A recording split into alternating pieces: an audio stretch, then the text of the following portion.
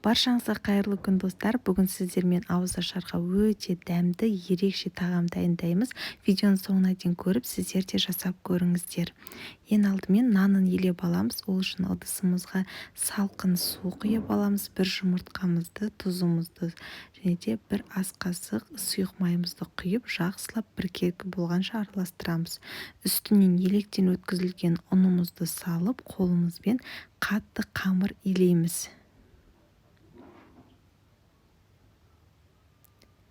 Барлық құрамдарын видео астына описанияға қалдырып қоямыз. Сол жерден көріп жасайсыздар. Міне осындай кішірек күлше шығады. Енді осыны салфан қалташасына салып, ең қандыруға қойып қоямыз. Енді подливын дайындаймыз. Ол үшін қазанымызды отқа қойып, үстіне майымызды құямыз. Майды мен көз мөлшерімен құйдым.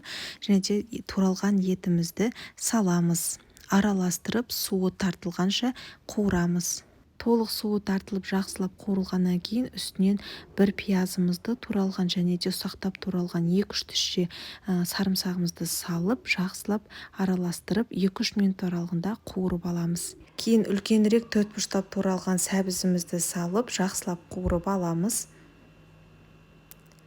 Жарты ас қасық томат пастасын салып, жақсылап араластырып қуырамыз. Үлкенірек 4 бұрыштап туралған картоптарымызды салып араластырып, дәміне қарай тұз саламыз. Егер де қаласаңыздар, қалаған дәмдеуіштеріңізді қоссаңыздар болады. Араластырып, үстінен сәл ғана асып тұратындай етіп су құямыз. Бетін жауып қайнағанша қалдырамыз. Қайнағаннан кейін астын басып қойыңыздар. Енді қамырын жаямыз. Мендегі қамырым қанып осылай әдемі болып тұрды. 2 рет бастым мен. Енді осыны бірінші қолмен басамыз, кейін оқтаудың көмегімен жұп-жұқа етіп жайып аламыз қамырымызды. Менде қолдың жұмыртқасын қосқандықтан осындай сап-сары қамыр шықты. Міне осылай жұп-жұқа етіп қамырымызды жайып, үстінен майымызды құйып жағып шығамыз.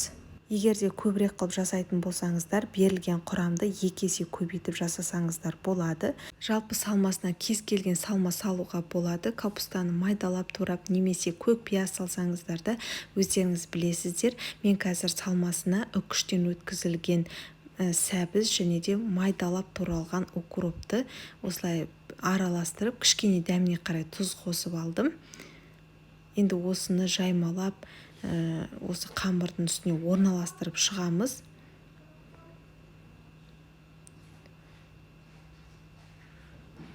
Қатты көп салып жібердің қажеті жоқ. Және де ортасынан осылай тесіп алып, осылай орап шығамыз видеода көрсетілгендей.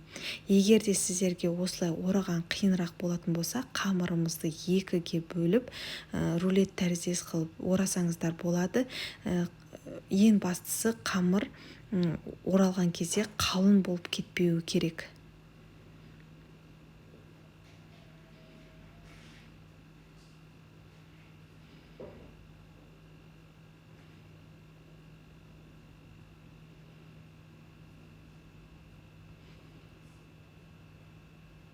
Міне осылайша барлығын осылай орап алдық. Енді кішірек бөліктерге видеода көрсетілгендей бөліп аламыз. Міне. Осылайша барлығын міне бөліп алдық. Енді біздің подливымыз қайнап дайын тұр. Осы подливымыздың үстіне қамырларымызды орналастырып шығамыз. Байқасаңыздар, су қатты көп болмау керек, сәл ғана асып тұру керек. Барлығын осылай орналастырып алғаннан кейін бетін толық жабасыздар және де баяу отта жарты сағат көлемінде пісіріп аласыздар. Міне осымен біздің тағамымыз пісіп шықты достар, өте дәмді болды. Міндетті түрде жасап көріңіздерші. Енді қамырларын табағымыздың шет-шеттеріне подливын ортасына орналастырып, үстінен қалауыңызша ас көк сеуіп ұсынасыздар. Ас болсын, назарларыңызға көп-көп рахмет.